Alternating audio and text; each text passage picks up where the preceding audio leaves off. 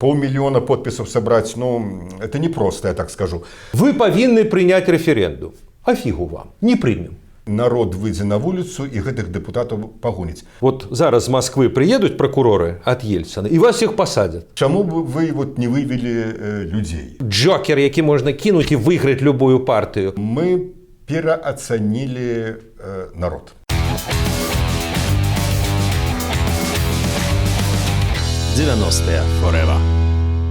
У 1992 годзе ў Беларусі павінна была адбыцца падзея, якая змяніла б лёс і беларускай дэмакратыі, і увогуле лёс Беларусі.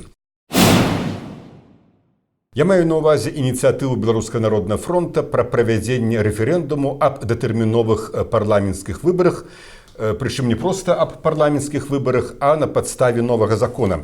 Ну вось у сваёй серыі пра найноўшую гісторыю кнігу 92 я цалкам прысвяціў практычна 90% гэтай падзеі, бо гэта, пагадзіце, была цэнтральная падзея таго 92 году, першага такога поўнага году незалежнасці. І фармулёўка, якая была вынесена на рэферэндум, гучала так: ці лічыце вы неабходным правядзенню восень 92 года выбараў у найвышэйшы орган дзяржаўнай улады Рэспублікі Беларусь на падставе закона аб выбарах народных дэпутатаў Рэспублікі Беларусь, праект якога унесены апазіцыяй БНФ у Вярхоўным Савеце і ў сувязі з гэтым датэрміновы роспуск цяперашняга Вярхоўнага Савета. Я нагадаю, што прычына вось такой ініцыятывы Народнага фронта была ў тым, што Вярхоўны Савет ужо паказаў, тое, што ён вычарпаў свой станоўчы патэнцыял. Урад Кебіча ўжо не адпавядаў рэаліям часу, а ўвогуле быў галоўны прынцып, новая, здаецца, нармальны прынцып, так, новая дзяржава і, адпаведна, новая ўлада, а ўлада была старой. І вось пад гэтую ідэю за некалькі месяцаў Беларускі народны фронт сабраў 442 тысячы подпісаў. Дакладней, здалі 442 тысячы, сабралі каля паўмільёну, па закону трэба было 350 тысяч. Але, як мы ведаем, рэферэндум не адбыўся. Юра, вось спачатку першым мы пагаворым, чаму ён не адбыўся і што ён мог даць. Як ты лічыш, слушная гэта была ідэя змена улады? Я меркую, что безумоўно слушная была эта идея. И вот эта логика, про якую ты только что сказал, яна была вельми пераканаўчай. Новая держава. Гэтыя людзі, якія сядзелі ў Верхоўным Савеце, яны былі абраныя ў Савецкім Саюзе. Яны былі абраныя па значна больш дэмакратычным, скажем, парадку, чым вот ён зараз, але ўсё ж такі даволі умоўна дэмакратычны. І сапраўды вось гэтыя палітычныя умовы яны не давалі магчымасці грамадству ісці наперад. И в этом сенсе это абсолютно логично. В принципе, праз пэўны час, скажем, у России у наступным годзе, у 93-м годзе, менавіта по таких мотивах адбыліся таксама датэрміновыя выборы. Там, правда, это фактично суправаджалася такой мини-грамадзянскай вайной. У Беларусі, дзякаваць Богу, гэтага не было, але гэты мотыў, что новая дзяржава з новым парламентам, з новай уладай, яна была абсолютно натуральнай. Я нагадаю таксама, як разгортваліся падзеі далей і чаму рэферэндум не адбыўся. Па законе аб рэферэндуме, калі подпісы прызнаныя сапраўднымі, а Цэнтральная выбарчая камісія прызнала іх сапраўднымі, больш за тое, там працаваў цэлы месяц цэлы штаб ад Саўміна, правяралі там кожны падпісны ліст, кожны подпіс. Была пэўная доля прызнаная неправільна аформленая, не фальшывымі, але неправільна аформленымі, але ў прынцыпе хапіла гэтых подпісаў для таго, каб большым хапіла, каб рэферэндум прызначыць. Але спачатку Станіслав Станіславович Шушкевіч, які ўзначальваў Вярхоўны Савет і меў сваім канстытуцыйным, у яго было права, меў сваёй волі прызначыць сесію, каб прызначыць рэферэндум, ён гэтага не зрабіў. Сесія была расцягнутая на больш, чым адкладзеная дакладней, больш, чым на паўгады. Увосень, калі вот сабралася сесія, сітуацыя ўжо была палітычная шмат у чым не тая, і папросту Верховны Совет адмовіўся гэты рэферэндум прызначаць. Гэта было, як заявіла апазіцыя, антызаконны, ён павінен быў прызначыць, але вось большасць дэпутатаў прагаласавала не, ніякага рэферэндуму.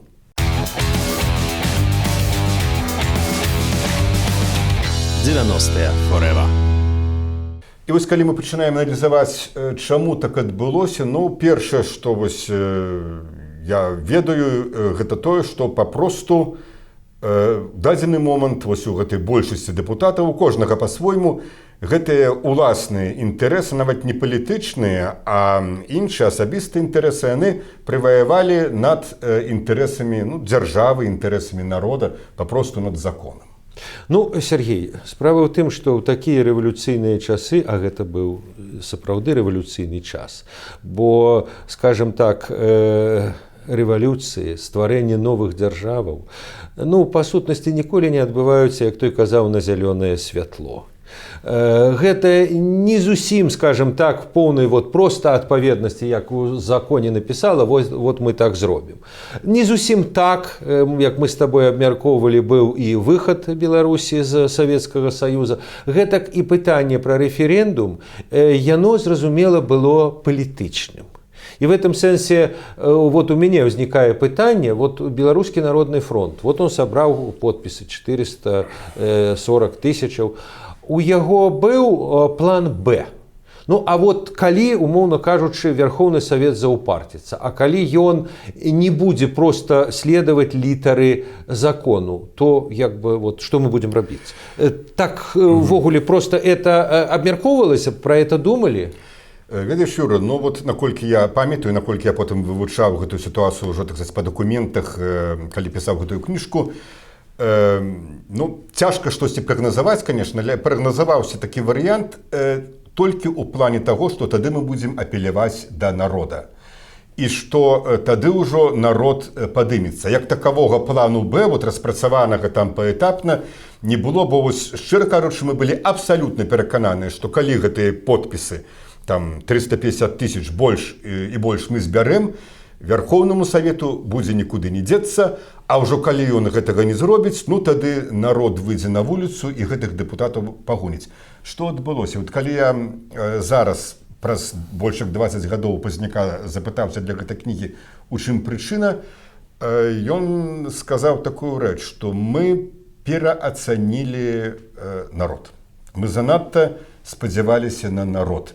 Не ў тым сэнсе, я думаю, што вот мы яго пераацанілі, але ведаеш, вот сітуацыя была прынцыпова іншая. Калі, скажем, на пачатку 92-го года, в канцы 91-го, а ідэя была гэта ў канцы 91-го з рэферэндуму вынесена на сваім БНФ, самыя апошнія дні. Ты памятаеш, які тады былі мітынгі, як людзі былі настроены выходзіць, як вот збіраліся гэтыя подпісы, 500 000 подпісаў сабраць, ну, это не проста, я так скажу. Але людзі падпісываліся, і не электронна, не было ніякага інтэрнэту, людзі падпісываліся самі. То ўжо ў восень 92-го года сітуацыя эканамічна вельмі істотна пагоршылася, людзі былі занятыя выжываннем. На плошчу, калі вось ідэя гэтая не атрымала падтрымкі Верховнага Совета, в знак пратэсту выйшла, ну, в лепшым выпадку некалькі тысяч чалавек. Это была зусім не тая сіла, якая магла нешта зрабіць з гэтай уладай і з гэтым Верховным Советам. Вось галоўная, конечно, была тут прычына ў тым, што Шушкевіч зацягнуў з гэтай сесіі, і ў яго, безумоўна, вялікая доля віны за гэта, безумоўна. Ну, а з нашага боку мы стараліся, вот часам я бачу на форумах, сацыяльных сетках, у мяне пытаюцца у іншых актывістаў фронта, не толькі у дэпутатаў, чаму вы вот не вывелі людзей? Чаму вы не вывелі людзей?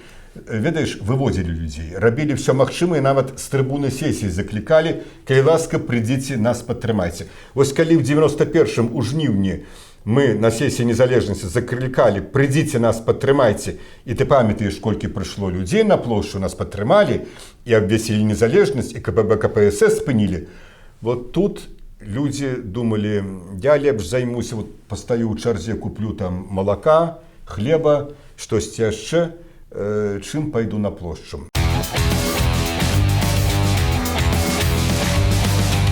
90-е forever. Ну, Сергей, сітуацыя шмат у чым адрознівалася ад 91-го году. Варта сказаць, што ў 91-м годзе на той самай сесіі незалежнасці, скажем, той же Пазняк вёў даволі хітрую палітычную гульню. Ён не проста казаў, што вы вот тут камунякі сядзіце, маўляў, давайте, прымайце дэкларацыю як канстытуцыйны закон. Ён спрабаваў улічыць іх інтарэсы. Ён казаў, вот зараз з Москвы приедут прокуроры от Ельцина, и вас всех посадят за путч. Хочете этого? Нет. Давайте за незалежность голосуйте. Ён апеляваў да іх інтарэсаў. А ў 92-м годзе гэтай апеляцыі не было. Ты сказаў, да, у іх былі свае інтарэсы, палітычныя, нават асабістыя. Але што ім казалі? Вы павінны прыняць рэферэндум. А фігу вам, не прымем. І аказалася, што як бы апеляцыі да іх уласных інтарэсаў не было. Это один бок, а другі бок вуліца. Так, вуліца аказалася гатовая прагаласаваць супраць цяперашняга парламенту, прагаласаваць за новы парламент. Беларусы были готовы поставить подписи. И это был, я лічу... И поставили подписи. Да, и я лічу, это был выбітны вынік, это был выдатны вынік, это была дэманстрацыя моцы Беларускага народнага фронту. Потому что, калі мы зараз бачым, что там колькі збіраецца подпісаў там, за адстаўку Лукашэнкі, там, ці скінь Ярмо, ці супраць Раўкова, вот министра обороны збіралі. 10, 20, 30 тысяч. Самое великое собрали в 17 году супраць дэкрэта аб дармаедах 60 тысяч. 60. Тут 440 тысяч. То есть была реальная политическая сила. Але поднять народ фактично на паўстанне, не на голосование, а на паўстанне, ну, не факт, что этыя силы были нават в жніўні 91-го году, потому что я кажу, в 91-м годзе оппозиция, Пазняк гулялі у тым ліку і з уладным бетоном, яны раскалывали его. А тут и вуліцы не было такой, так сказать, як джокер, які можна кинуть и выиграть любую партию.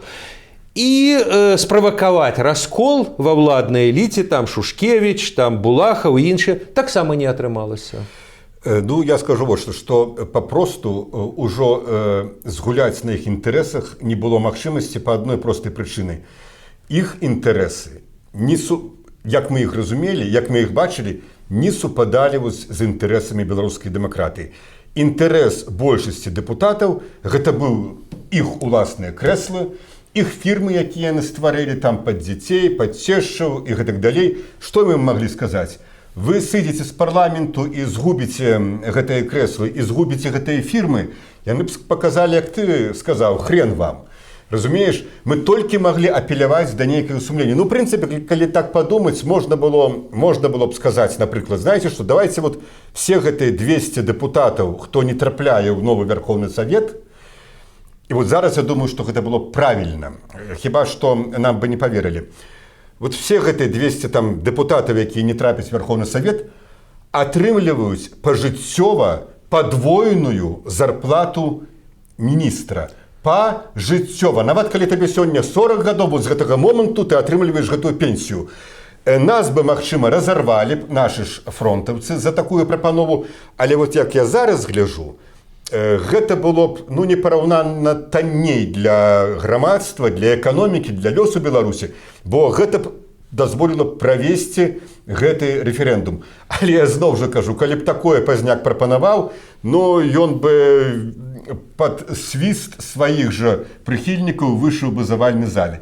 Хаця гэта было правільна. Ну, Сергей, сапраўды, магчыма і так, але з таго, што ты кажаш, над гэтым нават не думалі. А што тычыцца вынікаў выбараў, то, дарэчы, ведаеш, яны маглі быць нечаканымі. Бо крыху пазней палітык Вольга Абрамова казала пра тое, што калі б выбары былі, то выйграў бы БНФ. прычым як бы вельмі пераканаўча. Але калі мы прыгадаем тое, што было пазней, да? Там 93-94 годзе, асабліва ўжо ў выглядзе абрання Лукашэнкі, то не выключана, што ў 92 годзе маглі набраць шмат камуністы, якія бы ішлі пад сваім сцягам ці пад нейкім іншым, бо мы памятаем, што вот этот пачатак 90-х па ўсёй Европе, па ўсяму былому постсаўку, это быў левы марш, это быў пэўны рэванш, калі там перамагалі ў Польшы праз некалькі гадоў, калі перамог былы чалец палітбюро Кваснеўскі, калі ў Літве перамог Бразаўскас. І вот эта левая ішла па ўсім гэтым абшары. Магчыма, это магло быць і ў Беларусі, але вокс популі, вокс дэі. Юра, я думаю, што, безумоўна, напэўна, БНФ бы больш паловы на новых выбарах наўрад ці б взяў бы, але фракцыю сваю Народны фронт пашырыў. Але вось левыя, як ты кажаш, не забывай, што у нас была і беларуская сацыял-дэмакратычная грамада левыя. Я перакананы, што агульна дэмакраты набралі б больш, чым за палову. Тым больш, што гэта быў 92 год, а гэта яшчэ не 94. Яшчэ, так сказаць, свежыя былі гэтыя дэмакратычныя нейкія натхненні, дэмакратычныя нейкія думкі і дэмакратычная энергія. Таму я ўсё ж такі лічу, што каб рэферэндум у 92 годзе адбыўся, сёння Беларусь была б іншай. І такім чынам вось тое, што тады было зроблена номенклатурай камуністычнай, кіраўніком Верховнага Савета Станіславам Шушкевічам, гэта фактычна была страта апошняга шансу для Беларусі на бліжэйшыя дзесяцігоддзі.